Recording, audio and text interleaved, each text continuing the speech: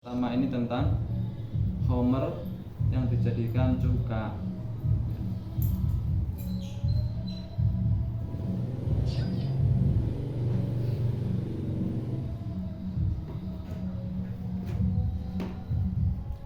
sesuatu itu ada yang aslinya suci tapi terkena najis, itu namanya mutanajis. Ada yang memang aslinya bawaannya barang itu najis, namanya najis. Nah nanti kalau barang itu aslinya suci terus terkena najis, yang namanya mutanajis, itu nanti cara mensucikannya ya bisa dengan dibasuh pakai air. Nah kalau barang itu bawaannya sudah najis, itu sucinya itu bukan dengan dibasuh pakai air, tapi memang ada proses lain. Di antaranya di sini adalah homer. Homer itu minuman yang memabukkan. Homer itu biasanya maknanya apa? Arak ya. Itu yang asli dari bahasa homer yang di Arab itu ya asiru inabin. Di peresane anggur. Sudah mengalami fermentasi ya, akhirnya memabukkan itu.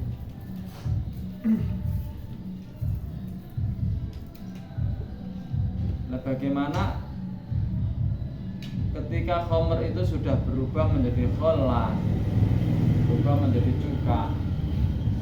Di awalnya masih anggur yang dijus ya, diperes, dijus, terus kemudian dibiarkan mengalami perubahan rasanya menjadi homer, dibiarkan lagi, ditunggu waktunya lagi, ya, mengalami perubahan lagi menjadi kholan, jadi cuka.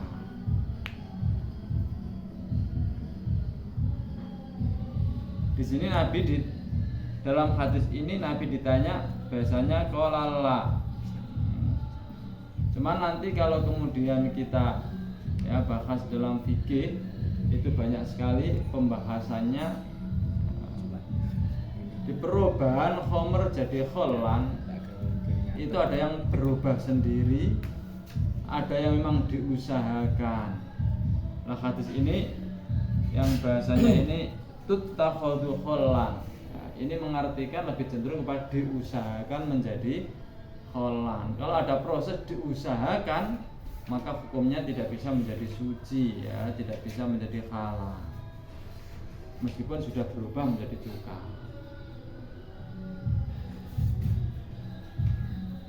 Di barang yang bawaan aslinya itu najis, bukan mutanajis ya, memang barang aslinya itu najis, itu ada beberapa yang bisa berubah menjadi suci, tapi caranya bukan dengan dibasuh, tapi dengan perubahan.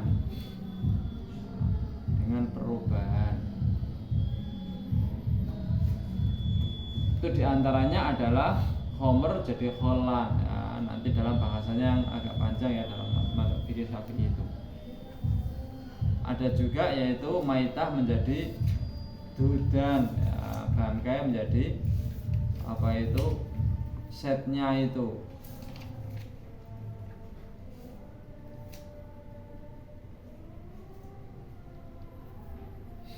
Itu perubahan bentuk. Kalau yang dengan proses itu seperti kemarin apa, kulit bangkai ya, dengan cara disama itu enggak dicuci karena alat yang dipakai nyamak itu bukan air, tapi memang itu ada proses pembersihan ya menggunakan alat tertentu ya, yaitu menggunakan sesuatu yang rasanya sepet, bahkan di situ diperbolehkan menggunakan kotoran burung merpati misalnya ya, dicampur dengan air terus direndam, digosok sampai bersih. Nah setelah bersih maka kemudian sudah berubah menjadi ya sesuatu yang suci, tapi masih ada unsur najisnya karena belum disucikan dengan air yang bersih atau air yang mensucikan. Baru kemudian setelah dibilas sebagai air yang mensucikan, baru hukumnya suci yang bisa dipakai. Ada prosesnya.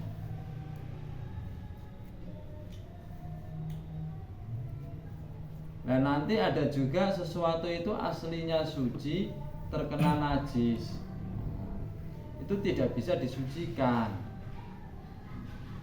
Yaitu apabila barang itu barang cair.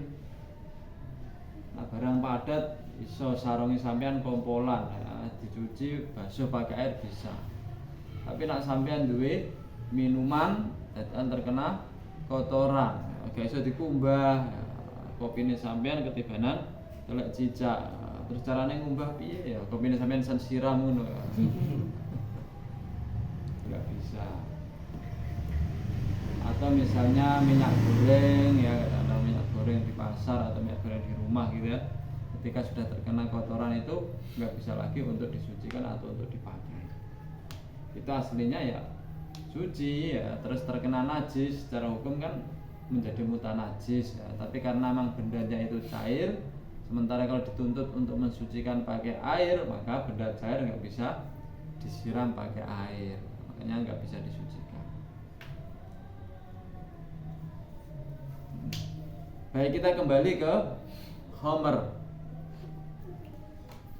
Khamr itu bisa punya potensi menjadi cuka, bisa punya potensi menjadi halal atau menjadi suci ketika berubah menjadi cuka dengan proses berubah dengan sendirinya. Dengan proses berubah dengan sendirinya, dengan ketentuan berubah dengan sendirinya. Jarno berubah jadi cuka halal. Dan nanti kalau diusahakan, maka bentuk usahanya dilihat. Cara atau usaha yang dipakai itu kalau ada unsur pencampuran sesuatu, maka tidak bisa menjadi suci. Kita masuki campuran apalah, pokoknya ada campurannya yang kita masukkan, itu tidak bisa menjadi suci.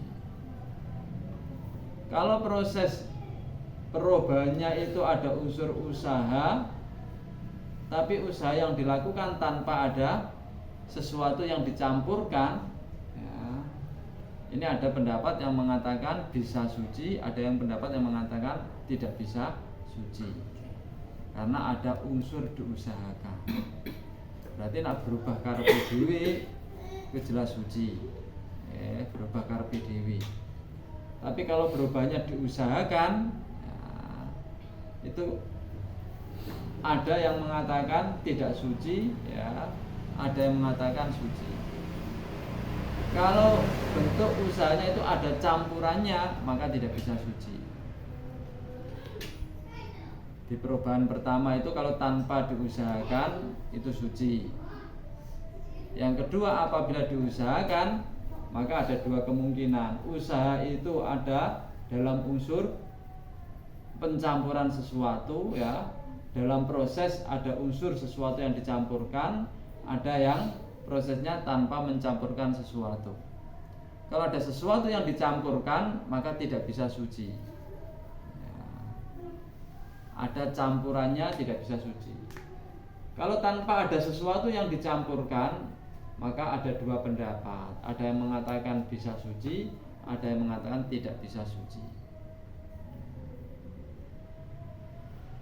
Baik, kenapa demikian? Ya, karena kalau ada sesuatu yang dicampurkan dan kemudian khamr tersebut berubah menjadi cuka, yang aslinya tadi najis berubah menjadi cuka ya, tuntutannya kan menjadi suci karena perubahan. Tapi campuran yang ada di dalamnya ini kan tetap najis kan. Misalnya ada khamr, terus kita masuki koin, khamrnya berubah jadi cuka ya, tapi koin yang di dalam tadi kan masih ada di dalam, dia terkena khamr kan, terkena barang najis kan. Koin yang terkena barang najis statusnya masih najis. Ketika dia masih najis dan dia ada bersama dengan cuka, berarti cukanya terkena barang najis ya, maka cuka ini menjadi najis. Lah cuka itu barang cair ketika terkena najis maka hukumnya najis, nggak bisa disucikan. Ini artinya campuran tersebut akan mempengaruhi ketika khamr berubah jadi cuka yang mestinya menjadi suci, tapi campurannya tadi yang ada di dalamnya statusnya masih najis. Nah, campuran yang di dalamnya masih najis tadi akan menajiskan kholan, menajiskan cuka yang tuntutannya mestinya jadi suci. Bisa dipahami ya? Arahnya ke sana.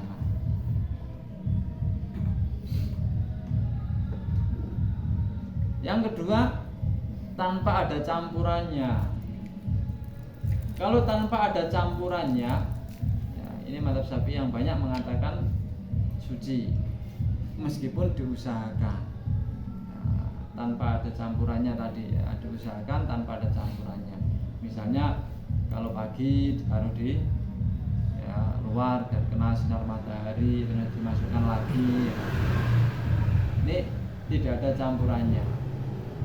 Kalau tidak ada campurannya, mazhab Syafi'i yang banyak mengatakan jadi suci. Karena kan nggak ada sesuatu yang mencampuri, yang menajiskan kholan, kan nggak ada. Makanya ketika berubah jadi cuka, dia jadi suci. Pendapat yang kedua mengatakan tetap najis. Kenapa? Karena kamu mengusahakan perubahan itu dengan ada unsur usaha kamu, sehingga dalam bahasa kaidah itu man ta'ajjala syai'an qabla awanihi uqiba bi khirmanihi.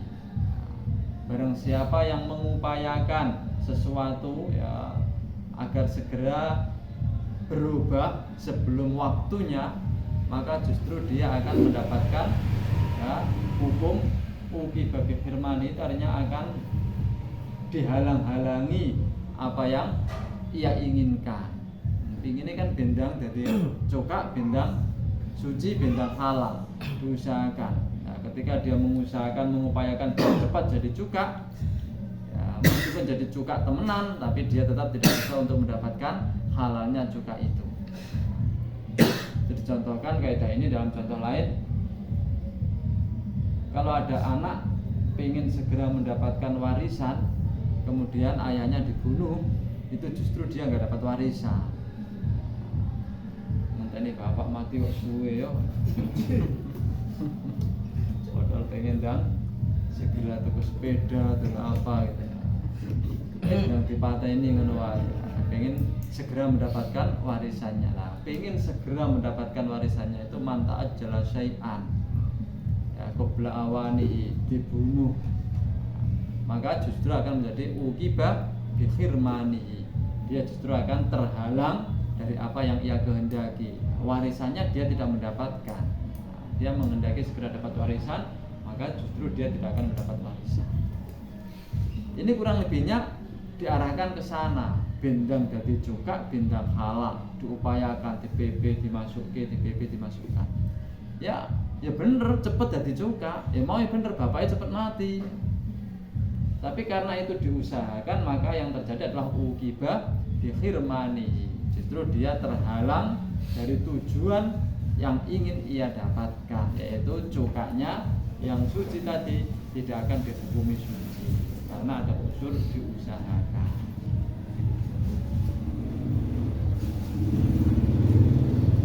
Paham ya? Kalau mazhab Syafi'i yang banyak nggak apa-apa, karena memang di situ ketika berubah menjadi cuka itu tidak ada sesuatu yang menajiskan cuka itu, maka cuka itu menjadi suci ya, dan halal untuk dikonsumsi. Dan ini contohnya juga banyak, antaranya misalnya ya seperti kadang-kadang ada yang tanya apa itu orang haji itu kalau khawatir jadi haid, nanti kemudian nggak bisa tawaf, ya khawatirnya nanti hajinya nggak bisa sempurna, terus konsumsi atau minum obat penunda haid biar nggak haid. Ini hukumnya bagaimana? Ya nggak apa-apa. Ini padahal dia kan diupayakan kan, tapi ini hukumnya nggak apa-apa. adalah beberapa contoh lain yang kurang lebihnya bahas masalah seperti ini. Baik, paham ya ini artinya pembagiannya ya. Terus kemudian dalam hal ini perkara yang najis itu kemarin saya sampaikan, sesuatu yang najis itu dalam hukum Islam disuruh untuk dihindari. Kemudian perkara yang di situ memang ada unsur tujuan untuk nilai maksiat itu justru disuruh untuk dihilangkan. Nah, dalam khamr ini kan tadi ada yang memabukkan, tapi ada yang bisa menjadi juga yang konsumsinya menjadi halal. Sehingga nanti kalau ada orang punya khamr, punya arak, itu statusnya kan najis. Nah, terus khamr kalau dikonsumsi memabukkan, bisa membahayakan. Berarti apakah terus kita buang ya, karena kita menghindari dari unsur kemungkinan akan disalahgunakan? Maka di sini nanti akan dibahas menjadi dua hal, yaitu ada namanya khamr itu muhtaram dan ghairu muhtaram. Artinya muhtaram itu dimuliakan, ghairu muhtaram itu tidak dimuliakan. Ono khamr kok dimuliakan itu karena tujuan utamanya dia membuat itu untuk membuat cuka. Lah jadi khamrnya itu baru proses, belum selesai. Maka khamr itu kita lindungi, nggak boleh kita buang, nggak boleh kita tuang, nggak boleh kita buang atau kita razia, nggak boleh. Tapi kalau memang tujuan membuatnya itu memang untuk dikonsumsi memabukkan, maka itu namanya khamr ghairu muhtaram, tidak dimuliakan, sehingga boleh untuk kemudian kita buang, kita tuangkan, karena memang tujuan utamanya adalah tujuan tidak baik. Ono nggih khamr wis itu dadi khamr. Nah, tujuannya memang akan dikonsumsi untuk memabukkan. Ya udah, diambil, dibuang. Itu kenapa? Karena kita menghilangi tujuan yang tidak baik tadi. Menghindari hal-hal yang tidak baik. Tapi kalau memang dari awal dia tujuannya untuk membuat cuka, iki ape tak cuka. Oh, ngono, pemerake ngono. Ya iku proses iku durung dadi. Lah emang ape tak gawe cuka jarno. Ya berarti ini adalah khamrnya muhtaram, enggak itu terus tiba-tiba dimasuki, dirazia, dituang, disokno, diguak, enggak boleh. Kenapa? Karena memang ini adalah proses untuk mencapai kholan, mencapai cuka. Baik, ketika khamr itu sudah berubah menjadi cuka dan statusnya menjadi halal, menjadi suci, bagaimana dengan tempatnya? Tempatnya khamr mau ketika dituangi, diadai khamr kan dia kan kena khamr kan najis berarti ya. Nah ketika khamr menjadi cuka, jadi suci, nah panggonane mau jadi najis. Nah apakah itu tidak mempengaruhi ya, kesuciannya cukanya? Maka sesuatu yang tidak mungkin untuk bisa kita hindari, maka secara nilai hukumnya menjadi dimaklumi atau ikut dengan perubahannya khamr menjadi cuka tersebut. Lha apa ya iso kowe gawe khamr terus tanpa wadah. Selehno ning gone awang-awang terus berubah jadi cuka. Kan nggak bisa, sehingga mau tidak mau harus ada tempatnya. Kalau mau tidak mau ada tempatnya, berarti tempat ini melindungi, dibutuhkan yang tidak bisa dihindari. Sehingga ketika khamrnya berubah jadi cuka, maka tempatnya yang kena khamr yang aslinya najis tadi juga otomatis berubah jadi suci, ikut perubahan khamr yang jadi cuka tersebut. Oh gak usah dikumbah, langsung digunakan. Tapi kalau tadi dicampuri perkara lain, nah perkara lain yang dicampurkan ini kan opo gawe ini, wong tanpa iku wis iso, lha apa mbok ngono. Justru perkara itu yang akan mempengaruhi cuka tersebut tidak bisa jadi suci ya, karena ada sesuatu yang menajiskan cuka. Paham ya? Baik. Namun ketika khamr yang misalnya dimasuki koin tadi belum berubah jadi cuka, koinnya sudah diambil, terus kemudian berubah jadi cuka, ini jadi suci. karena tidak ada perkara yang menajiskan cuka ya, karena koinnya sudah diambil, paham ya? Tadi kan ketika jadi cuka, cukanya suci, tapi koinnya kan masih najis ya, sehingga cuka yang suci ada koin yang najis, maka cukanya jadi najis. Perkara yang cair ya, ketika kena najis menjadi najis, tidak bisa disucikan. Nah ini makanya ketika masih statusnya khomer, koin yang ada di dalam kita ambil, terus kemudian khomernya berubah jadi cuka, maka khomer tersebut, cuka tersebut menjadi suci karena koinnya sudah tidak ada. Itu ya rinciannya, khomer menjadi kholan, menjadi cuka.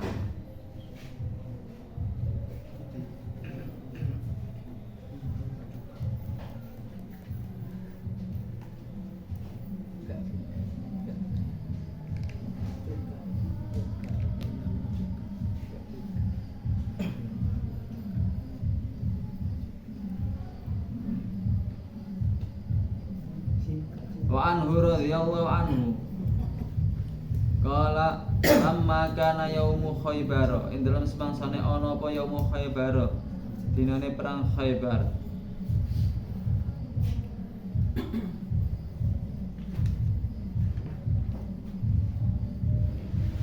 Di bawah itu ada perang tahun ke-7 ya, sana as-sabi'ah minal hijrah. Amaro perintah sinten Rasulullah sallallahu alaihi wasallam Abatul Haq ing Abatul Haq, panada monggo undang-undang sinten Abatul Haq, innallaha satamene Allah wa rasulahu lan utusane Allah iku yang hayani nyegah sapa Allah wa rasulah kum ing sira kabeh an luhumil khumuri, saking pira-pira daginge, Waalaikumsalam, pira-pira himar al ahliyati kang bangsa ahli.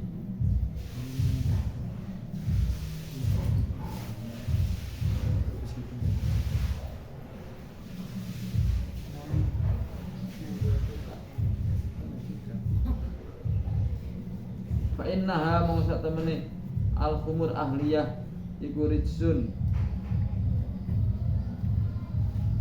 jember.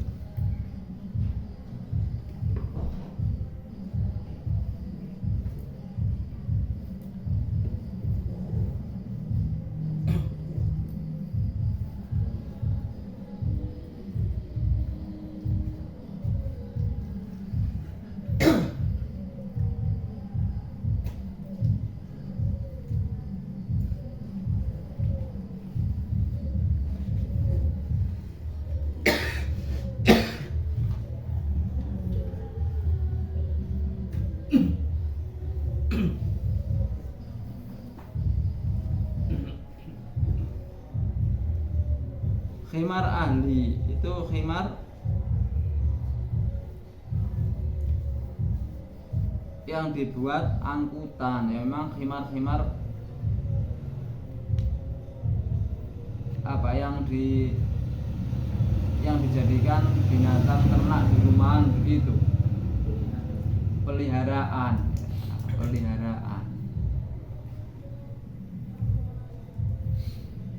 Ada khimar yang namanya khimar wahsi. Khimar wahsi itu berarti khimar liar.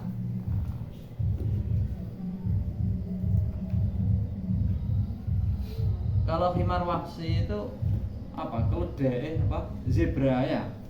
Kalau yang khimar ahli itu keledai. Dulu saya berpikir, nah berarti kalau misalnya keledai itu terus kemudian kita lepas jadi liar, itu berarti halal ya. Ya artinya bukan arti liar dan piaraan itu dalam arti kita pelihara di rumah terus liar itu artinya kita lepas. Ya jenisnya khimar itu memang jenisnya khimar yang biasa dipakai dipelihara di rumah dan kemudian dibuat angkutan, ditumpai, digaya angkutan itu ya. Modelnya sih ya hampir seperti kuda ya, tapi agak kecil. Itu khimar. Ya hampir seperti zebra ya. Cuman kalau zebra itu kan loreng ya, kalau khimar itu enggak. Ya seperti itu. Ya agak kecil lah, lebih kecil daripada kuda.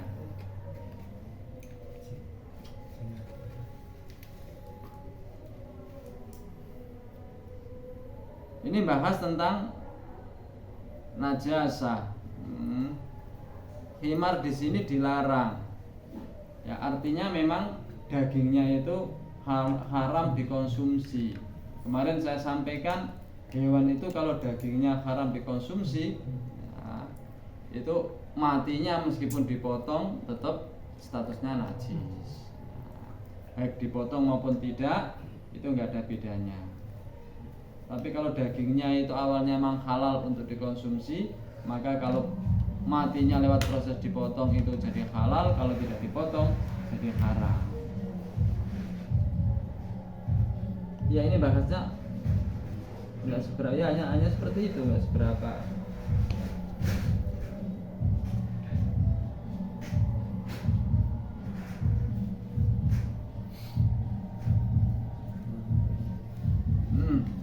Wa an Amri bin Kharijah radhiyallahu anhu qol khutbahna ing kita sinten an-nabi Kanjeng Nabi sallallahu alaihi wasallam biminan ing dalam tanah Mina. Wa huwa khalil utawi Kanjeng Nabi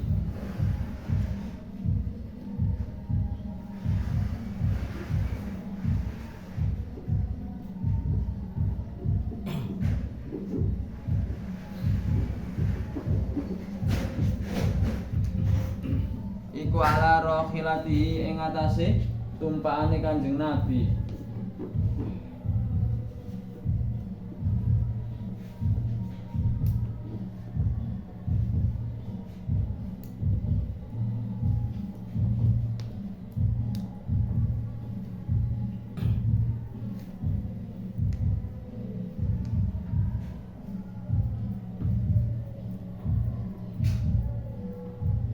Walu abuha hale utawi apa ilere ya.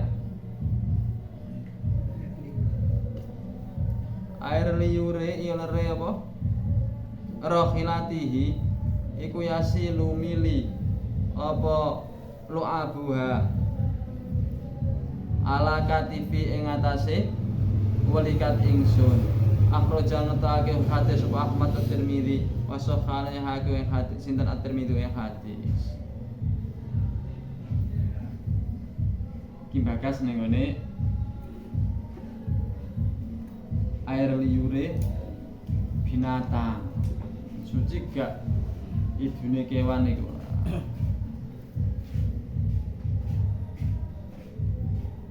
Idune wedhus ya, idune kebo, idune kucing. Bahasa itu nih kalau kayak iso ngidu ya.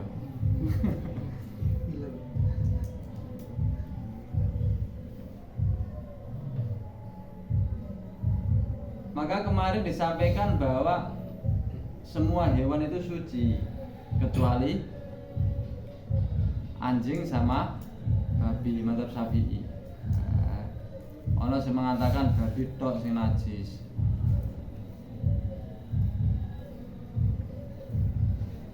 Kalau begitu berarti ya wis hewan itu semuanya suci. Nah wis hewan suci, hal-hal yang kalau masih hidup loh ya, kalau masih hidup bukan bangkainya. Sehingga ketika dia menjadi najis itu karena ada unsur terkena najis.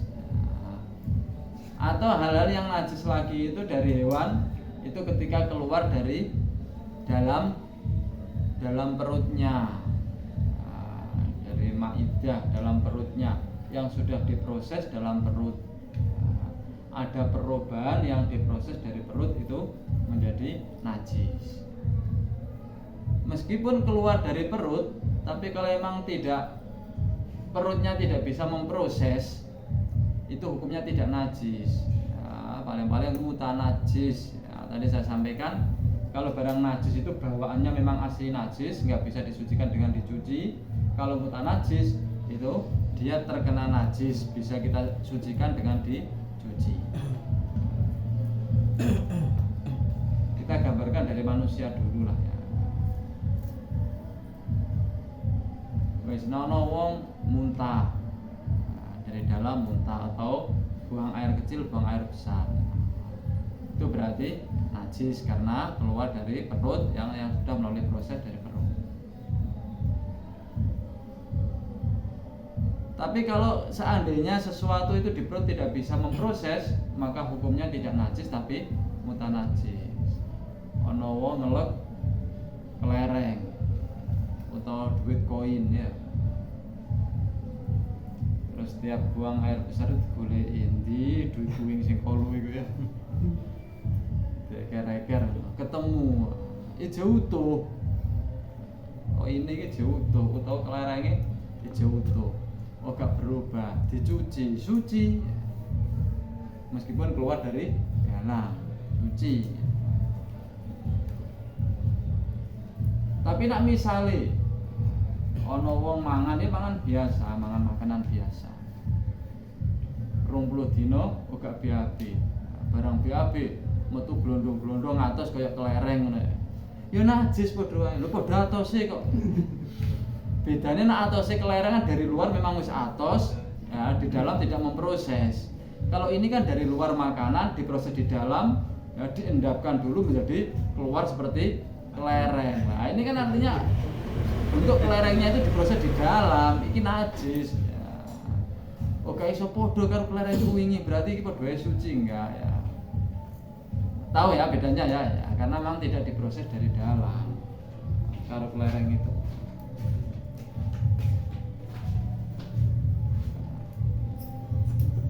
Ini yang begini yang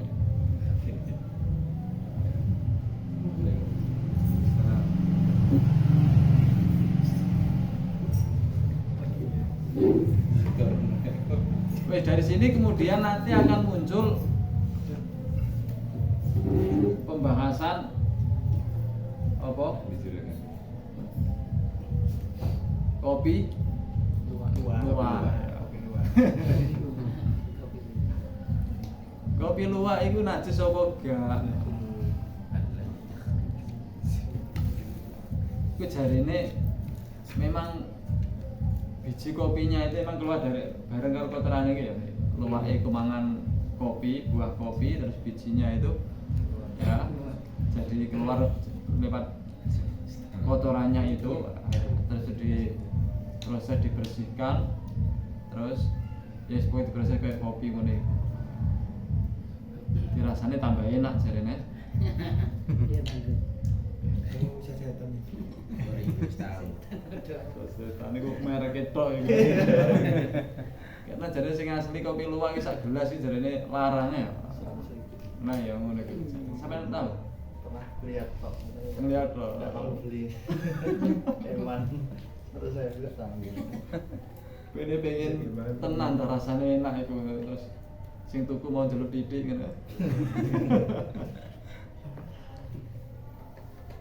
Maka di kitab-kitab itu kemudian dibahas. Nah, kopi itu dianggap berubah atau tidak? Artinya benih itu, ya, benih itu dianggap berubah atau tidak ketika sudah masuk perutnya hewan terus dikeluarkan lagi. Itu standarnya nak ditandur iso tukul. Itu berarti proses perut ini tidak mempengaruhi. Nah, buktinya iso tukul. Karena emang biji kopi itu kan atos ya, jadi meskipun masuk itu perut itu nggak bisa memproses ya, kayak kelereng tadi. Nah ini standarnya itu nak ditandur kok iso tukul, itu berarti proses wetenge luwak itu nggak mempengaruhi. Tapi nak gak iso tukul itu berarti ada pengaruhnya. Ya, mungkin panasnya wetenge apa itu sehingga merubah ya apa teksturnya. Hakikat dari biji itu bagaimana kan nggak ngerti ya sehingga. Nah ini nak nenggone bahasan jari ini ya biji iso tukul. Tapi mestinya kalau memang kita pengen membuktikan ya coba wae nenggone pabrik sing kopi luwak itu di apa namanya ya diadakan pembuktian penelitian kan tandur jajali tukul kok. Tapi saya pribadi di kitab-kitab begitu ya, di kitab-kitab itu. saya pribadi itu kadang-kadang mikirin perkara itu, perubahan itu kan ya, bisa dari apa? Baunya, warnanya, dan rasanya ya. Nah itu diantaranya jadi ini kopi luwak ki luwih enak. Itu kan artinya ada pengaruh rasanya berubah kan. Nah baunya embo. Tapi luwak iki rada wangi kok ya. Gini pernah nih langsung. Selalu kan. Luwak iki Aroma itu kayak seperti apa kan ya? Pandan ya. Nah artinya mungkin dari pengaruh apa bawaan bijinya ya, panasnya perut itu tidak bisa merubah biji tersebut dan masih bisa tumbuh misalnya, tapi kan tadi rasanya atau baunya kan mungkin ada perubahan. Cuman dalam kitab itu biasanya dibahas hanya iya bisa iso tukul apa enggak itu aja. Nah iso tukul berarti ya dianggap berubah dan najis. Kalau tidak bisa tumbuh berarti sudah dianggap berubah, tidak bisa dikonsumsi. Ya, mbok sing ya enak melok sing ngono wae ya ben halal men. Tapi saya punya unek-unek tadi ya, ternyata kan rasanya berubah. Padahal dalam najis itu kan dikatakan berubah itu kan tidak hanya bentuknya saja, tapi juga rasa atau bau juga mempengaruhi. Baik. Tapi kalau barang itu keluar belum sampai diproses dalam perut, nah, itu statusnya belum najis. Ono wong mangan terus nyangkruk ning ngene kene. Terus kemudian diusahakan untuk dikeluarkan, metu. Itu belum najis, ya mergo jek ning kene. Tapi kalau wis tekan weteng, dipaksa ditokno. Lah iki dadi untahan jenenge. Makanya kadang-kadang cah cilik gumoh barane kan ana kemungkinan gumoh itu emang dari proses wis tekan perut kemudian keluar ya dianggap sebagai koi atau untahan. Ana sing mergo kadang-kadang mimike iku ngantek akeh semari ngono dilepas ngono guling wis metu maneh ya dalam bentuk ASI ya belum ono nyetak-nyetak itu belum berubah, itu masih bentuk ASI, itu berarti dianggap masih suci karena belum sampai penuh.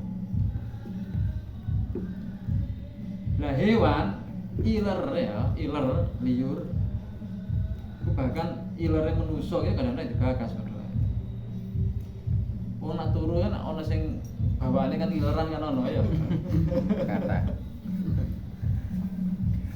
Mun iku najis apa enggak? Ya dilihat tadi standarnya. Iku ilar metune skondi. Nah memang metune dari perut ya najis. Nah memang metune dari apa?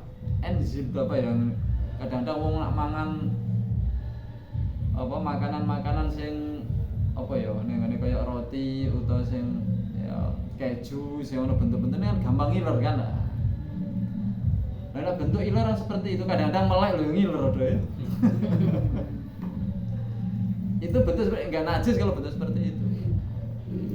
Karena ada yang mengatakan iler itu ada yang memang dari perut, ada yang tidak dari perut ya sekitar sini atau dari atas begitu. Ono sebentuk ngono iku. Nah wong turu iku ilere sekondi. Ya tadi nak memang saka weteng ya najis, nah saka weteng enggak najis. Nah nek gak aruh meragukan, meragukan berarti dianggap enggak najis. Ya, karena ragu. Ada yang memberikan definisi nak ilere iku kok produk kuning-kuning ambune gak enak berarti kon jero iku. Ono sing ngomong ngono. Tapi nak ambu yo kabeh gak enak ilere ya. Wong melek ngiler wae ambune gak enak ya. Tapi itu memang artinya bahasa intinya itu bukan kok dalam arti ambune enak kok gak enak, tapi memang kalau kita punya keyakinan jelas dari dalam itu berarti najis. Kalau tidak punya keyakinan seperti itu hukumnya tidak najis karena masih ragu. Ono sing standar nak turune iku kok wetenge luwih dhuwur daripada sirahe atau miring itu berarti indikasi iler iku saka weteng berarti najis. Nak turune kok bantalan dhuwur sirahe luwih dhuwur daripada wetenge iku berarti gak najis, mergo indikasi iler saka dhuwur. Gak mungkin iler saka weteng melanjak metu ngene gak. Ini semuanya ya kita lari pada standar tadi kan, dari perut atau tidak. Paham ya? Nanti hewan itu ada yang makanannya itu perkara najis, ada yang makanannya itu tidak perkara najis. Kayak wedhus, kebo, itu makanannya kan daun-daunan kan gak najis. Sementara kucing makanannya tikus, bangkai kan najis. Nah kaya kucing makanannya najis ngono iku. Wis nak mari makan tikus najis kan bangkai, mari ku ngiler ya karuan najis. Mergo iler mau campur karo ya berpangan najisku mau najis. Tapi nak mari mangan tikus terus wis sempat ngombe berarti wis suci. Mergo wis ngombe berarti hukumnya wis suci. Mari mangan tikus terus lunga. Mari lunga balik maneh awake dhewe gak ero wis ngombe apa durung ya wektu lunga. Tapi mungkin wis ngombe mungkin durung. Berarti apa? Cangkeme hukumnya tetep najis. Kenapa? Karena mangan tikuse yakin roh, ngombene meragukan. Berarti hukum najisnya cangkem luwih kuat daripada ngombene sing gak jelas. Paham ya? Berarti cangkeme dihukumi najis. Terus ketika kucingku kemudian minum di air ning ember, hukum air ning ember hukumnya suci. Meskipun hukum cangkeme kucing dianggap najis, tapi najisnya meragukan. Ya, mergo wis pernah lunga. Anak langsung mari mangan bangkai, langsung ngombe ning gone banyu sing ning ember kono rongkolah, najis banyune. Ya, karena kita yakin melihat dan langsung ke situ. Tapi kalau kucingnya tadi udah pergi terus balik, awake dhewe gak ero ngombene. Berarti cangkeme kucing tetap cenderung kuat najisi berkemangane bangkai tadi jelas tahu lungone ngombene apa gak ero. Berarti al yakin la yuzalu bisa. Saya tetap najis. Ketika dia minum maka kita melihat airnya itu bahasanya piye? Air iki najis apa gak ya? Berdumpi kucing, cangkeme kucing. Najis tapi najisnya najis tidak yakin karena ada kemungkinan sudah suci. Nah ngono berarti banyune ning kene hukum sucine banyu meyakinkan, najise banyu demi kucing meragukan. Tapi banyune tetap suci, banyune suci, cangkeme kucing najis. Baru ngombe rono karena najisnya tidak meyakinkan. Paham ya? Prosesnya seperti itu. Itu inginannya tak singgung titik ya yang masalah kucing. Lah saiki ilere kewan sing makanane gak najis. Cangkeme kewan sing makanane gak najis. Iki balik maneh koyo menungso mau sing tak bakas. Wong kan makanan gak najis kan? Ilere bagaimana? Ya tadi kan dari dalam atau dari luar atau dari atas tadi. Nah, nak memang ilere dari luar, ya gak najis. Nah, memang dari dalam, ya najis. Lah kewan iku ana sing nak mari mangan ya wis mangan mari. Sing dipangan gak najis, berarti apa idune gak najis. Mergo wis mari mangan kan idune berarti gak najis kan. Ana kewan iku mangane iku carane dileki kabeh dhisik. Mari ngono ditukone maneh dikunyah lagi. Cara nggonku bayane apa? Biasane nggayemi apa ngene. Kaya kebo. Sapi bareng ketone ngono. Nak di jaring sawah atau di ngene dipakani kan dilebokno kabeh sik. Engko mari mulih tekan omah Dari lereng-lereng kan ngunyah terus kan. Iki sing jero tokno maneh, dikunyah maneh dilebokno. Nah, ini ulama di sini ya bahas ya banyak yang bahas di antaranya ada mengatakan najis. Kenapa? Karena sudah masuk di perut, dikeluarkan lagi dan kemudian dikunyah lagi. Ono sing mengatakan oh gak najis mergo iku belum masuk ning ngene perut. Ya, simpanannya itu belum sampai di maidah, belum di telur, belum sampai diproses. Nah, ini intinya itu ini kuno mau wis tekan perut atau belum. Makanya mengatakan najis, mengatakan tidak itu larinya aslinya ke sana itu. Dikeluarkan dari perut atau belum sampai ke perut. Nah, yang mengatakan itu sudah sampai di perut kemudian dikeluarkan dikunyah lagi, ya itu jenenge najis. Nah, ngono berarti ilere ya najis. Idune najis. Kecuali kalau dia sudah minum. Nah, wis ngombe berarti kan sama dengan sudah dibersihkan padha karo kucing mangan bangkai tadi. Masih mengatakan tidak najis, itu berarti belum sampai ke perut. Ku nak dirinci dibakas, ning ngene kita pikir ngono iku rinciane. Nah ning kene langsung sederhana hadise iku Kanjeng Nabi khutbah ning Mina, beliau di atas rohilahnya ya, hewan tunggangannya.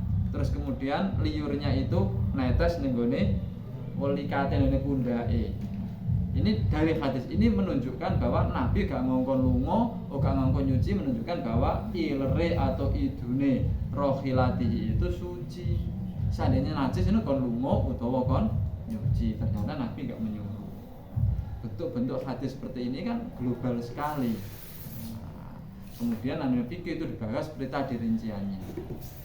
Ini kadang-kadang awake dhewe sing wong-wong sing kon balik ning hadis-hadis. Ya nek wonge balik ning hadis kapalane hadis ribuan sih ya. Ya monggo ya nak. Ayo saiki hadis endi? Iki hadis apalane hadis iku tok ya kan meragukan kan ya. Artinya tidak berarti Imam Syafi'i tidak melihat hadis ini, bukan ya roh hadis ngene iki, tapi sudah ya dipertimbangkan dengan hadis-hadis yang lain sehingga kemudian disimpulkan jadi kesimpulan ya. Tadi rinciannya kurang lebihnya seperti itu. Ya dipahami ya?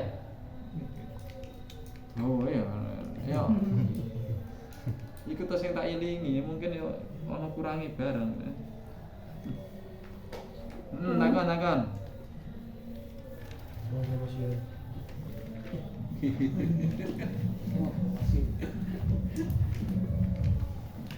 Nah, karo lungguh ngiler barang ini potensinya sekon dhuwur ya.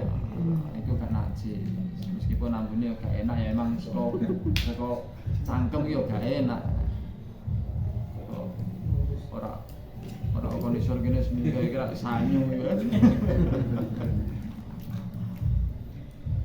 Saya kan jenis sapi ini kan terasa jenengan berarti yang sudah jikalau sudah masuk di perut terus dikeluarkan lagi jikalau misalnya sudah masuk di perut terus dikeluarkan untuk dikunyah kembali terus masuk kembali ke perut itu tuh kalau misalnya jadi daging misalnya semoga dagingnya itu dimakan itu terus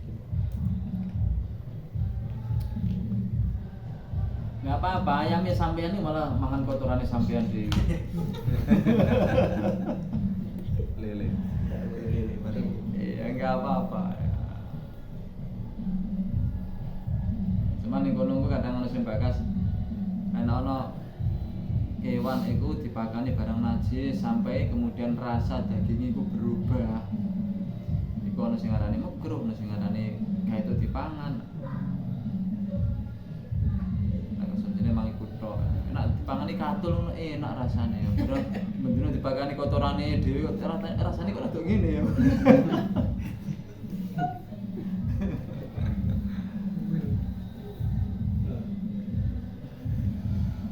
Ada yang mengatakan makruh karena memang sudah diproses melalui proses alami kan.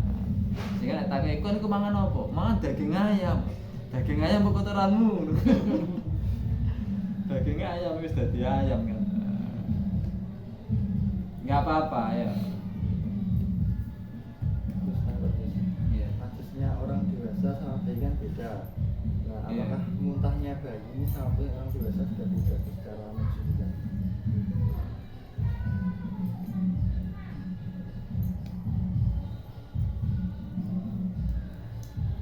Yang ada itu memang bauli sobi. Ini ono gitu ya. Sobi sendiri juga sobi yang laki, sobi yang perempuan itu sama seperti dewasa.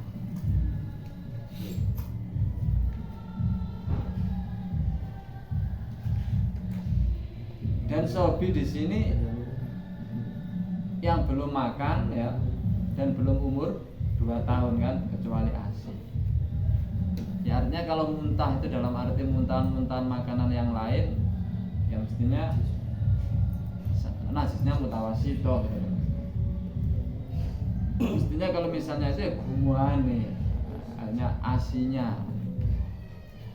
Ketika bayi laki-laki itu minum ASI terus kemudian jadi air kencingnya kan mukhafafah. Cara nyisikannya kan cukup basahi. Bagaimana kalau misalnya muntahnya bayi kecil tadi ya, yang masih ASI tadi? Saya belum pernah ya menemukan pengertian itu. Selama ini yang dibahas ya hanya air kencingnya. Saya nggak tahu itu.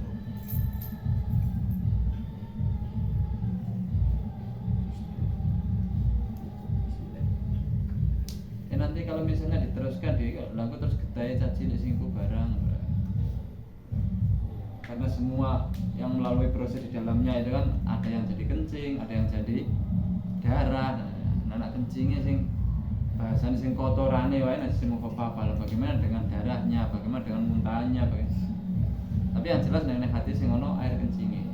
Yang lainnya saya belum menemukan keterangan. Sampai umur pinten? 2 tahun. Ya meskipun wis gede pada sampean ijek ASI tok ngono ya. Kencingnya tetep mutawasito, gak mau apa-apa. Masih asih. Sapi suwing. Karo itu karo.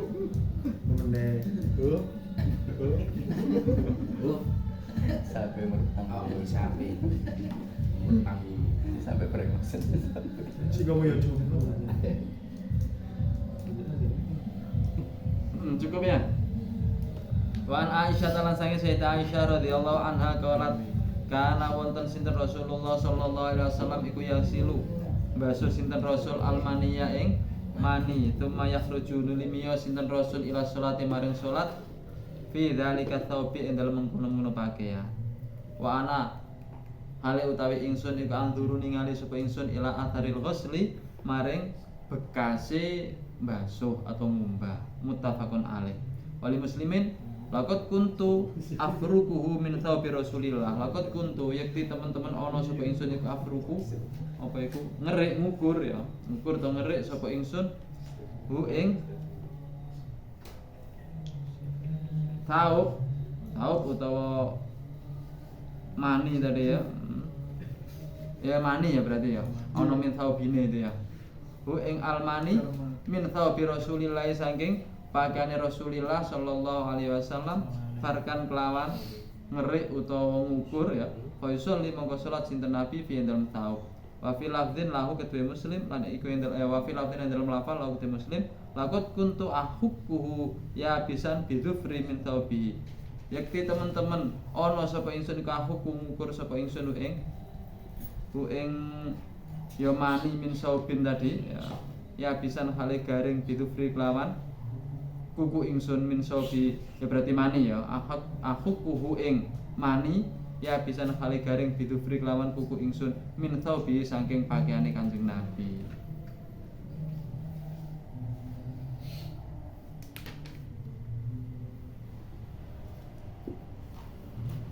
Di barang yang keluar ya dari kubul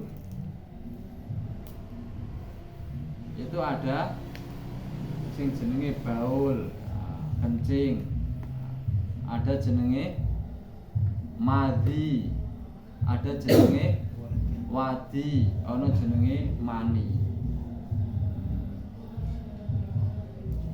Sing uyuh, madhi, wadi itu sepakat najis.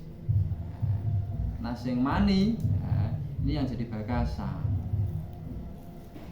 Ini yang jadi bagasan. Ono sing ngarani najis mergo metune segodalan najis. Ono sing mengatakan suci. Di antara ini hadisnya, hadis ini pernah juga dicuci yang silu almania ya. Nabi pernah membersihkan dengan membasuh. Bahkan di sini juga dilihat bekasnya basuhannya. Terus ada hadis juga yang mengatakan gak dikumbah, diresiki tok, dikerik, dikukur tok. Terus kemudian langsung dipakai untuk sholat. Ini menunjukkan bahwa mani itu tidak najis. Adapun keluar dari dalannya kencing, dalannya najis, nah mau gimana omong dalane kono? Seperti tadi ya, ketika khomer berubah jadi cuka, panggonan sing wadah yang ditempati kan nggak sempat dibasuh, nggak sempat dicuci. Yaitu berarti cukanya kan menempati tempat yang tadi kena khomer, menempati tempat yang tadi kena najis. Nah ngono cukanya kan kena najis juga dari tempatnya tadi. Ya, karena memang tempat itu tidak bisa dihindari, tidak bisa dipisahkan, ya, harus dibutuhkan, maka tempat itu pun juga ikut berubah jadi suci, ya, beriringan dengan berubahnya khomer jadi cuka. Cukai suci, tempatnya melok suci bisa. Nah ini mani juga keluarnya jalannya dari jalan kencing, ya memang jalannya kuno, sehingga akhirnya mani itu dianggap suci, tetap suci, ya, meskipun keluarnya melalui jalan yang ditempati keluar barang najis. Makanya uangnya suci, ya. Mergo bahannya suci.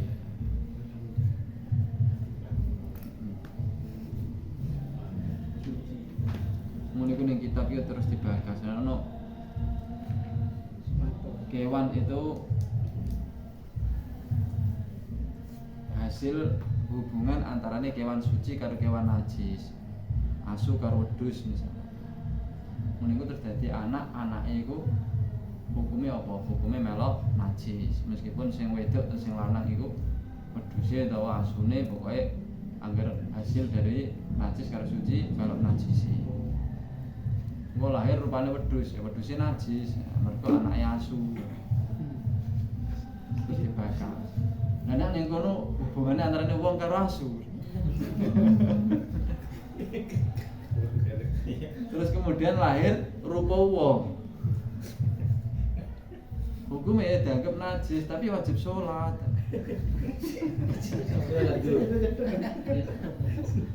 Mulai kita dibahas doang niku. Padahal awake dhewe lho mikir terus sak ngono ya. Ulama-ulama dhisik wis mikir ngono jare wong saiki. Pendapat ulama biyen wis ketinggalan, ora ketinggalan sekian tahun yang kemungkinan itu semuanya sudah terpikirkan ya. Kemungkinan begini apabila kemungkinan itu sudah banyak sekali pemikirannya itu.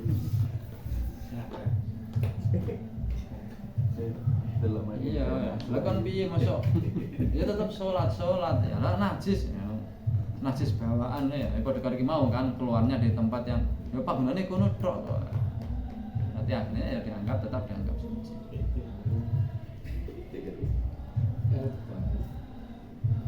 Tanya.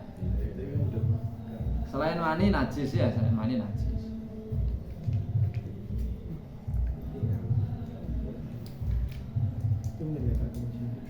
Lah gua nak mama.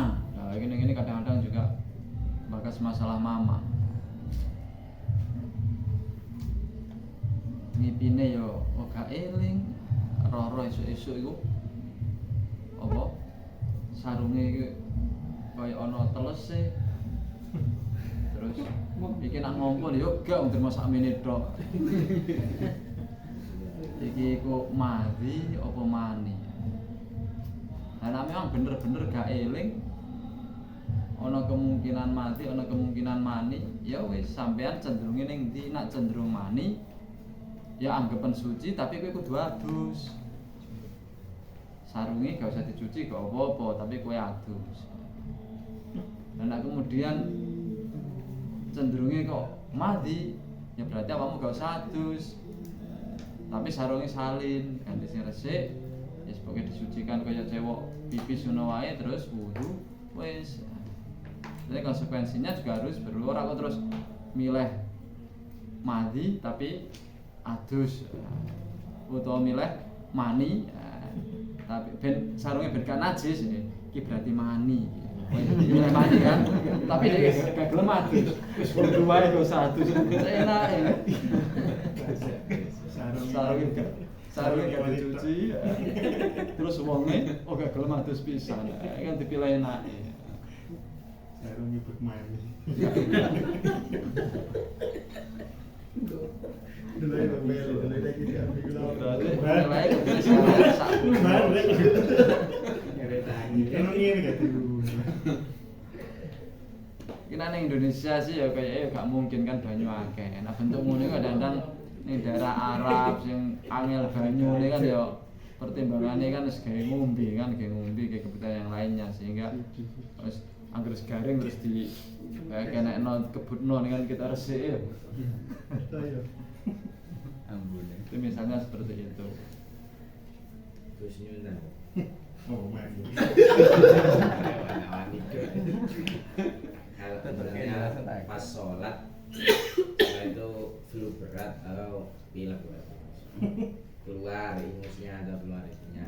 Kalau kadang-kadang kan anak kecil kan biasanya dilapis, setelah itu kena pakaian atau apa. Misalnya kalau orang dewasa sampai ada yang sampai gitu pas sholat itu hukumnya batal atau enggak sholat?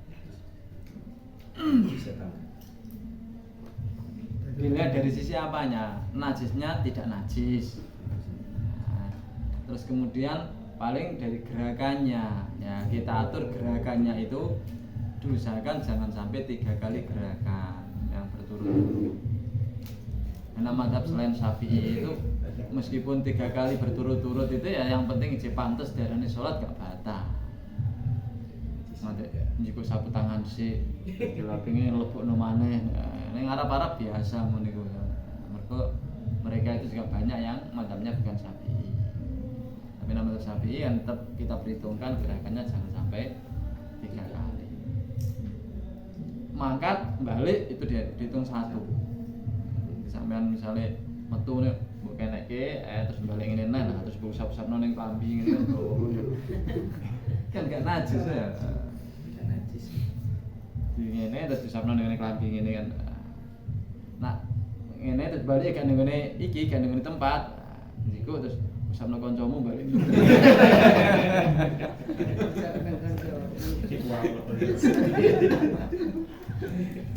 Itu 2 kali gerakan. Karena kembalinya ke sini itu kan nggak dihitung kan 1, ya, 2, kembali. Sama seperti ketika kita itu mau menutup soft yang kosong di depannya. Itu ada yang melangkahnya itu ya 1, 2 ini. Itu 2. Karena ketika kita menyesuaikan nggak dihitung kan. 1 menyesuaikan, 2 menyesuaikan. Ini 2. Ada yang 1, 2 menyesuaikan. Sama. Di sekali langkah 1, terus ini 2 ini lebih, terus ini menutup ini menyesuaikan.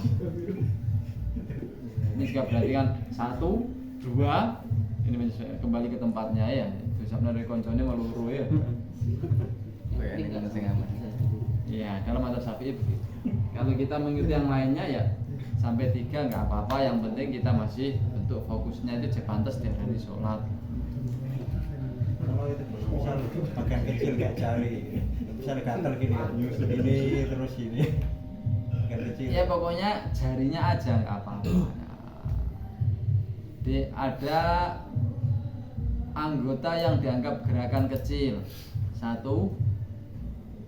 mulut, lambe. 2 mata. Oke, sholat kedep terus gak apa-apa ya. Ini Gus. Jari. Ya. terus kemaluanmu. Kepikiran nggak ngomong kan? Gede. Sampeyan sholat, ono wong lewat ngelirik. Ayo nera, terus iku mau coba.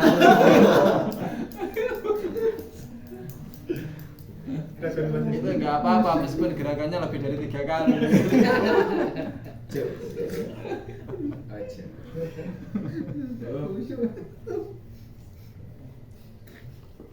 Ada lagi? Ini perbedaannya mani, mazi, wazi dan prosesnya seperti apa? Prosesnya mana ya? Iya kan proses iki ya. Setelah Praktek. sekedar membaca, tapi kan butuh sanad, Pak. Nah, soalnya nggak ada. Jadi ketika angkat-angkat junjung itu keluarnya itu maji atau Wadi. wadi. Jadi angkat-angkat terus ada saluran itu namanya wadi. Wadi. Kalau yang Kadang-kadang kita kalau BAB ya lagi artinya keras terus kita ngedene berat itu juga habis itu nanti ada keluar itu wadi itu biasanya ya. Udah itu doa kita kok no. mazi, Ayo. mazi. Kalau mani kayaknya seperti kafe. Yang sama-sama. Terbalik. Kalau yang madi itu sama, hampir sama artinya apa motif pendorongnya ya. Di ketika kita itu ada nafsu, ya, ada intisar nafsu, tapi nafsunya tidak sampai benar-benar puncak, terus kemudian agak mereda. Lah saat mereda itu nanti ada cairan yang keluar, nah, itu namanya madhi. Itu hanya najis ya. Itu najis ya. Harus mandi. Dan itu keluarnya keluar apa namanya? Keluarnya itu keluar apa ya? Nyantai gitu loh ya, kayak just kan dilewer gitu loh nyantai gitu. Lain kalau yang mani. Kalau mani kan ada tekanan. Nah, yang ini nggak ada tekanannya maksudnya. Jadi kalau ada tekanan itu kan wajib mandi. Iya, itu mandi. Wajib mandi tapi tidak ada ganti sarung apa. Nggak harus ganti sarung ya. Enggak sarungan. Ada panjang. Sarungnya beking.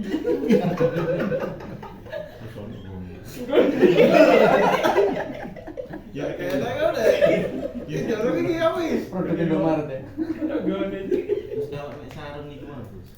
Bisa batasi ditoleransi. Nek sarung melorot nanti. Sarung melorot. Nggih, pas waktu sholat masih ditoleran masih ada gerakan sholat. Oh, maksudnya Nggih, masih nek sarung. mungkin anu sarung melorot.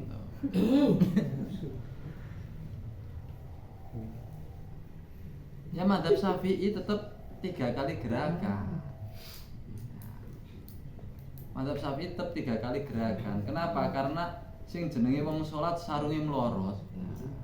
Itu ada beberapa kemungkinan. Siji karena memang ada unsur wong sing pepeko gitu ya. Salat gak dibenahno pisan misalnya. Yang kedua, kalau toh itu terjadi, itu perkara yang jarang terjadi. Ono wong salat sarunge melorot itu sesuatu yang jarang terjadi karena umumnya salat ya wis rapi utawa diplorotno wong itu hal yang jarang terjadi kan bentuk ngono iku. Sehingga dalam madzhab Syafi'i itu an-nadir kal adam, perkara yang jarang terjadi itu tidak mendapatkan hukum toleransi. Perkara yang jarang terjadi itu an-nadir kal adam, tidak mendapatkan toleransi hukum. Maka ya tetap disiplin dengan ketentuan hukum, jangan sampai 3 kali gerakan. Lain kalau memang itu hal-hal yang memang seperti tadi ya, mani memang keluarin yang kono, dalannya dalan najis. Orang kok aslinya gak dalan najis, kadang-kadang metu kono loh. Ini bukan kadang-kadang berarti hukumnya tetap najis kan, kadang-kadang. Tapi itu memang mau tidak mau keluarnya dari situ. An-nadir kal adam itu kurang lebihnya seperti itu. Tetap 3 kali gerakan dalam madzhab Syafi'i karena masuk dalam ketentuan an-nadir kal adam. Perkara yang jarang itu dianggap seperti tidak ada.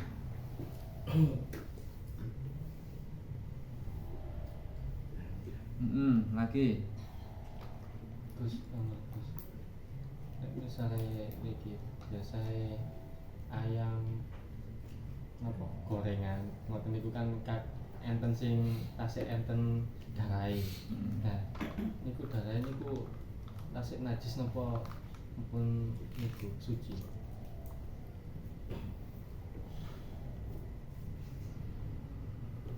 Di hal yang memang susah untuk dihindari, susah untuk dipisahkan, nah, itu dalam ketentuan hukum itu diampuni. Susah untuk dijaga, ya, itu diampuni. Nah, di antara perkara yang memang susah untuk dihindari, susah untuk dijaga itu memang model ketentuannya, model kehidupannya, model ya dalam keadaannya memang seperti itu. Darah nenggone daging ayam itu emang bawaannya begitu, sehingga artinya itu adalah sesuatu yang susah untuk dihindari, sehingga daging ayam atau daging hewan lah ya, ketika dimasak di situ masih ada darahnya yang ada di situ ya nggak apa-apa. Dengan catatan memang jangan kita pisahkan. Kalau sudah kita pisahkan, maka tidak boleh untuk kemudian kita konsumsi. Makanya kayak dides sing wis pisah ngono iku gak itu terus kemudian dimasak. Tapi nek sing ijek ning gone daging, campur ning daging dimasak pisan, terus kemudian kok dipangan bareng pisan nggak apa-apa. Terus kemudian ning gone buah itu kadang ono sing gate ono ya sete ning jerone ngono iku. Nek ijene ning jerone buah iku mbok pangan langsung katut gak apa-apa. Tapi nek mbok ketok metu dhisik, buah mbok pangan terus mbok jiku mbok lalat gak itu, mergo wis kadung metu. Nah, ini darah juga seperti itu. Langsung dimakan bareng gak apa-apa. Gak apa-apa.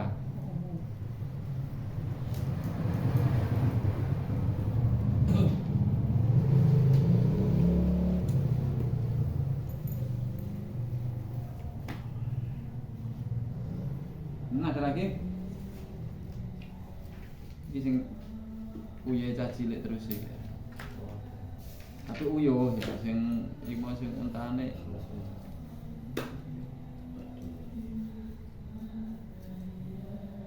Nah ning gone kita tuh langsung ana iku untane bocah cilik, unta cangkeme bocah cilik iku dimakbu ning gone mimike ya dimakbu ning cangkeme.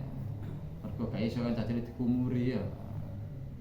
Makbu itu menunjukkan bahwa di situ itu secara tidak langsung najisnya mutawasito. Secara tidak langsung najisnya mutawasito. Dene sing bagas iku termasuk najisnya padha karo kencinge aku urung tau ro. Sing ana ning kono ya dimakbu ning artine ya mlebune mutawasito.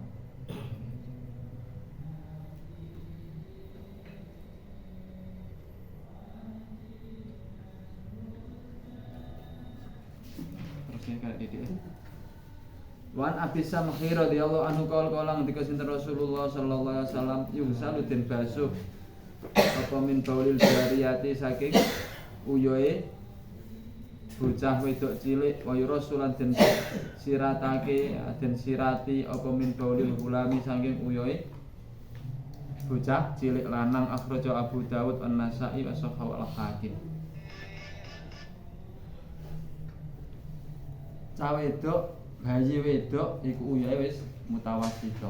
Tapi nak bayi lanang uyoe mukhaffafah najisi. Bedane najis mutawasito karo mukhaffafah iku nak mukhaffafah cukup sing penting teles. Disirati banyune titik-titik ngono ae gak apa-apa. Nah sing mutawasito banyune dicurno, disiramno. Iki prosesnya uyoe ya dilap dhisik. Ora ijeng ngembung terus disirami ngene iki dadine engko ana uyuh campur karo banyu. Ya dilap dhisik, mari dilap terus disiram. Iku sing jariyah, ya bolil jariyah sing bocah uyuh bocah wedok. Utawa ya cah cilik lanang tapi wis konsumsi selain susu ya. Aku pernah takon waktu ngaji mbiyen iku khusus ASI apa gak? ya gas, yang penting susu meskipun susu sapi. Dan ini juga yang murni. Nah, susu sapi terus campuran protein dari lain, deli dan lain sebagainya ya enggak. Ya kaya wis berubah maksudnya wis dadi mutawasit.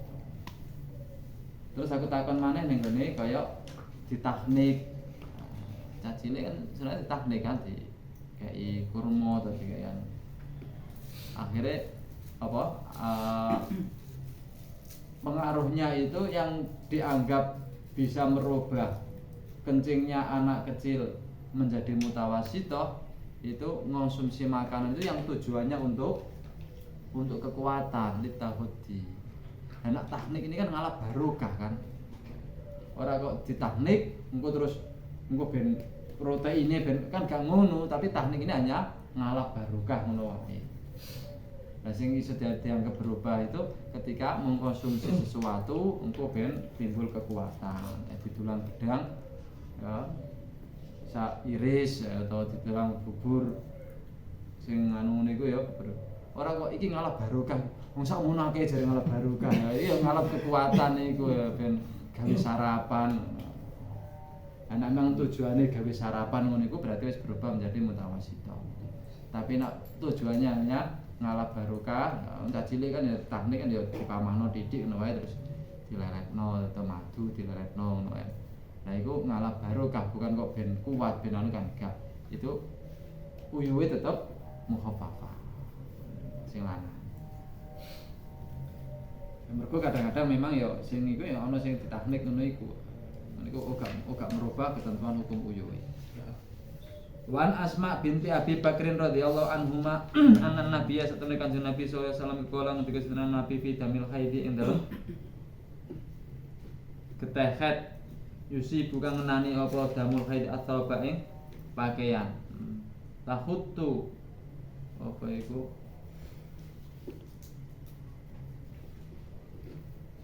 ngeri pada ya apa? Ya ngeri osira ya.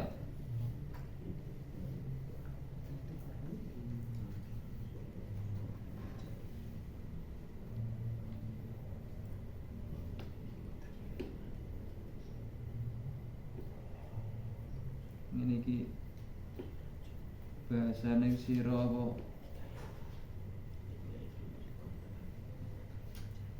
wadon ya. Ini Kanjeng Nabi ngendikani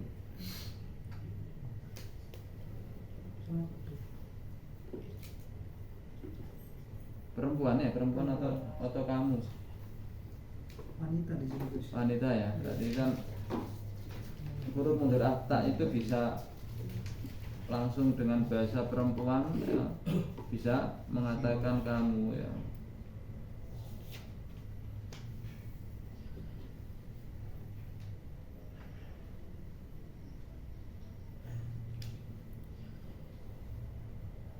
Ngeri sapa wadon hu ing damul haidi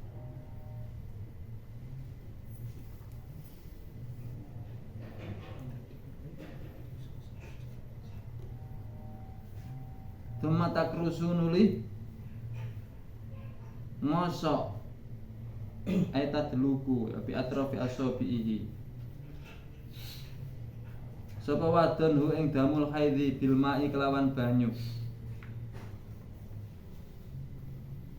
Thumma tanduhu nuli ngumbah basuh sapa wadon hu ing damul haidi Thumma tusolli nuli sholat sapa wadon fihi ing dalem taub muttafaqun alaih. Artinya keteh haid iku hukume najis. Carane ya diresiki, dikerik dhisik, dikosok, terus dilap-lap karo dikosok dikerik ya, mari ngono terus dilap-lap karo tangan. Kayak banyu ngene iku terus disiram karo banyu, basuh karo banyu terus dienggo salat.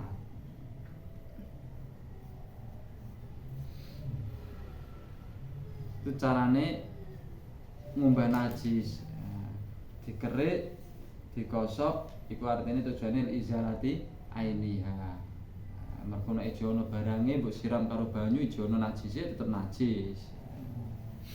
Bisa latih eniyah dadekno najis hukmiyah.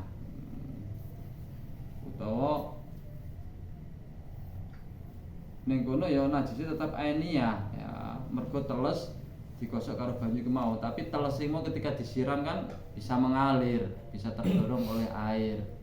Nek ijeh ketok darahe mbok siram langsung ya banyune ngalir darahe kan ijeh nemplek mergo durung dilangi. Makanya ijeh tetep najis. Ning kene dikerik dhisik, terus dilap-lap karo banyu, terus kemudian disiram karo banyu. Takrusuhu iku ning kene ae tadluku. Tadluku nek awake dikosoki ngene iki. Berarti ning kono kan dikerik dhisik karo apa ngono, dikukur, dikerik ngono, mari ngono terus dilap-lap karo banyu ngene. Mari ku lagi disiram. Kan 3 langkah ning kene. Lah nek ora melalui 3 langkah ngene iki piye? Lah terus carane dikono ember, kei sabun, dikum, direndam, terus diucek dia. Ya sing penting ilang terus disiram ya gak apa-apa padha wae ngono. Terus kadang-kadang nek hadis ngono kok sak karo ndak kaya penglakone hadis ngono iku. Artinya tidak berarti yang lain tidak boleh ngono ya. Ya nglakoni ngono ya boleh, tapi yang lain boleh karena intinya itu ya ainnya, bendanya najis itu udah enggak ada, terus cara mensucikannya sesuai carane piye terserah. Iki disiram, lan anggonku iku gak tak siram lho piye. Nggonku kaline gedhe, langsung karo adus ning ngene kali, dicek nang jero kali peres mari. Ya enggak apa-apa kan, sing penting ilang. Ini artinya di sini yang penting cara mensucikannya itu benar, terus bendanya najisnya itu, ainnya najisnya itu sudah tidak ada. Wa Nabi Hurairah radhiyallahu anhu qalat nantiku sinten haula ya Rasulullah fa illam yadhhabid damu fa illam yadhhab mongko lamun ora ilang apa damu getih kala nantiku sinten Rasul yakfi nyukupi iki ing sira apa alma'u banyu wala yadurru lan ora melarati mbayani iki ing sira apa atharu bekase adam akhraja at-Tirmidzi wa sanadu dhaif. Sini nak angel ngumbah najis angel ilange. Nabi mengatakan ya wis nak wis angel dimaklumi. Kok gak usah dipaksa, mbok kere mbok kukur nganti kaine bolong ya. Dina wis kari bekas sih enggak apa-apa. Bekas itu bagaimana? Bekas itu kalau kita kosok, kita kerik itu tidak ada sesuatu yang lepas. Itu wis dadi bekas jenenge. Nek ijo ono sesuatu yang lepas itu jenenge ijono bendane. Kayak misale tangan kena cet, mbok kerik ngene kan cete iso lepas, iku jenenge ijono bendane, ijono aine. Tapi nek misale apa bolpen, warna bolpen mbok kenekno, iku mbok kerik ngene. Iku artinya seandainya ilang ngono kulite sing katut ngono. Itu artinya warnane tok iku wis yang udah melekat tuh warnanya, sudah tidak ada bendanya. Itu jenenge athar jenenge. Tapi nek koyo cat, koyo tip ek itu mbok kerik ngene kan ana sing lepas kan. Lah iku jenenge bendane. Tapi nek koyo pulpen ngono iku ana ngene iki terus mbok kenek-kenekno. Ya, iku seandainya ana sing lepas iku apa reget ya kotoran lain bukan warna itu. Tapi seandainya dipaksakan warnanya hilang, itu kadang-kadang kulite katut. Nah iki jenenge wis berupa bekas. Nah, bukan bendane. Lah iku ning ngene ngumbah pakaian kan ngono kan kosok ngene ya. Iku nek wis lemes ngene iki, ijone warnane abang titik-titik tapi lemes ngene iki, iku berarti tinggal bekasnya warnane tok. Tapi nek jek kaku dikenekno jek iku itu kadang-kadang masih hasil bendanya. Bukti nek ijono kakune ngono iku. Ya jenenge ijono benda. Wes jadi bekas itu dimaklumi enggak apa-apa.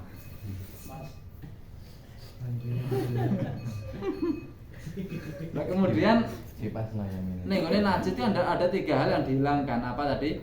Warna, bau, rasa. Iki nak sing ije melekat itu rasa. Ini belum dimaklumi. Karena kalau ada rasanya, iki mesti ijono barani. Mergo ije krasa. Tapi untuk yang warnanya saja itu ini nggak apa-apa. Atau apa tadi? Baunya saja nggak apa-apa. Mergo kadang-kadang sampeyan kadang-kadang ning tangan ono baune. Tapi sego ono bendane. Nah misalnya ya kadang-kadang bar apa cawi wis gak ono tapi ije bau kadang-kadang. Bahkan gak terima ngono. Ngomong cah cilik pempesan nak pas apa BAB ngono iku. Tanganmu nyekel ning jobone pempes, mari mbok ambu yo mambu ya. Padahal ning jobone gak teles gak apa. Jadi katanya bau itu hanya sebatas bekas. Kadang-kadang adanya bekas. Makanya baune tok dimaklumi. Warnane tok dimaklumi seperti tadi. Ijono abang titik-titik tapi wis lemes ngene iki berarti itu tinggal warnane tok. Tapi nak rasane itu enggak dimaklumi. Tetap dianggap najis. Utawa bau dan warna ijek kumpul loro. Iki enggak dimaklumi. Ijono warnane diambung ijek mambu. Iki berarti ijek kurang resik. Nak wis kari baune tok utawa kari warnane tok itu hukumnya dimaklumi. Itu bekas najis ngono batasan. Paham ya? Takon. Terus kita kan ndadosaken najis sing ketinggal mau dados najis hukmiyah. Misalnya kados teleke jejegran apa kan. Iki kan ngresiki kan kadang mboten damel toyo sing kathah. Misal dipundhut terus sampai mbek tisu utawa napa sampai kering Pasti terus titik ngono. Kan toyone kan segede niku sah. Boleh ya. Boleh. Ya terus misalnya lho, mosok tak telek sakmene tok mbok jero sak ember ngono kan ya jenenge mubazir kan kebanyakan ya jenis red nah berarti. Pun dados Wis iya wis ketika sudah menutupi ning gone sing mau kena ya wis cukup. Didoni. Suci. Teko protek kayak Bisa nanti gitu dipundhut sampai resik mboten Iya. niku mau. Nah ning pondok-pondok kan ngono kan biasanya sing anu kan banyu ning ngene botol ngene iki ternyapu telek cukup tukane kotoran red cukup ya. Nah air yang bisa untuk mensucikan kan wingi awal sampai nopo? Air dari langit atau dari bumi. Nah air dari manusia itu kayak mensucikan. Mensucikan. tapi tidak disucikan. Kecuali nak mau memang sampean terus kok terus mbok kebuk isih cangkeme. Kira ada lewat cangkem ya. Ya ada banyune dengan cangkem ki mau. Pokoknya sampai mandi. Mani menene. Dari manusia itu. Ayo. Sing mati Bang. Sing mati niku yang keluar ketika kecapean kepegelen niku yang keluar niku biasanya kan kepegelen niku mati. Aslinya itu tanda-tanda secara umum ya. Kadang-kadang juga akan terjadi hal yang tidak seperti itu ya. Cuman yang pasti itu yang beda hukumnya itu mani tok. Baik itu madhi atau wadi atau kencing itu hukumnya podo najis ya dan mewajibkan wudu, mewajibkan mandi. Makanya sampean ngerti cirine madhi utawa wadi uyuh ngerti toga iku asline gak pati ana pengaruh. Sing penting ngerti cirine mani ku wae. Mergo sing hukum beda iku sing iku tok. Termasuk warnane nak madhi iku bening, nak wadi itu budak. Termasuk cirine Istri maksudnya dekat-dekat sama istri tapi nggak sampai maksudnya senggama tapi hanya dekat terus kemudian keluar dikit itu termasuk ini namanya ilet apa? Ilet Mandi kan. mati sing akeh mati. Tapi mungkin juga mani, tergantung wonge kan. meskipun nggak masuk maksudnya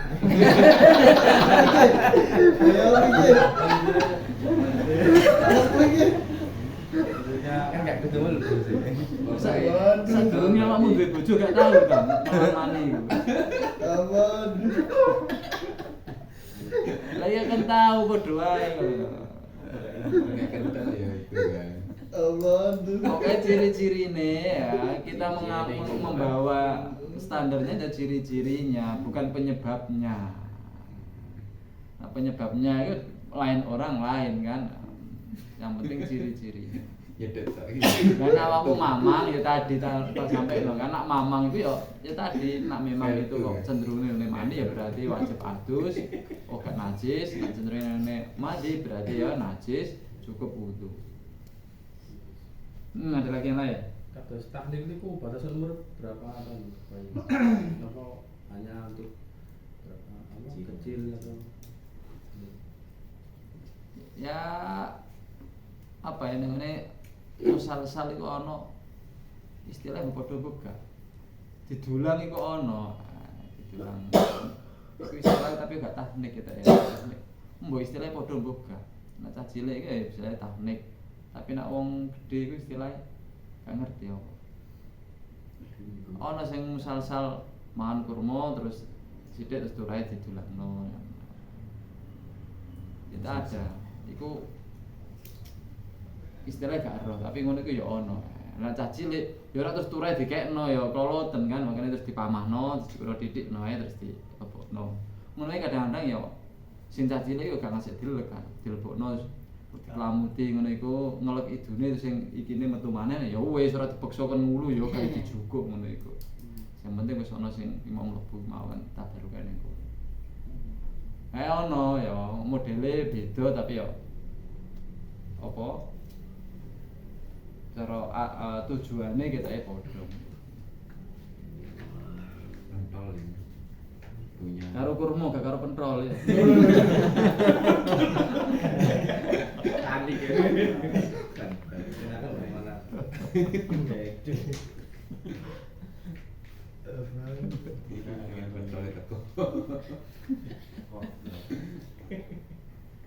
Cukup ya? Babul wudu alam. Bismillahirrahmanirrahim. Alhamdulillah yuwafi ni'amah. Allahumma sholli ala sayyidina Muhammad salatan tamla'u khazainallahi nura wa takunu lana wa lil muslimina farajan wa farhan wa surura wa ala alihi wasallam tasliman katsira. Allahumma inna nas'aluka ya Allah, Allahumma iftah alaina futuhal arifin, Allahumma anfa'na bima 'allamtana wa 'allimna ma yanfa'una, Allahumma arina al-haqqa haqqan warzuqna ittiba'ah wa arina al-batila batilan warzuqna ijtinabah. Allahumma ihdina bihudak waj'alna mimman yusarru fi ridhak wa la tuwallina waliyan siwak wa la taj'alna mimman khalafa amraka wa 'asaka hasbunallahu wa ni'mal wakil wa la haula wa la quwwata illa billahil aliyyil azim. Sallallahu alaihi wasallam Muhammadin rasulullah. Alhamdulillahirabbil alamin.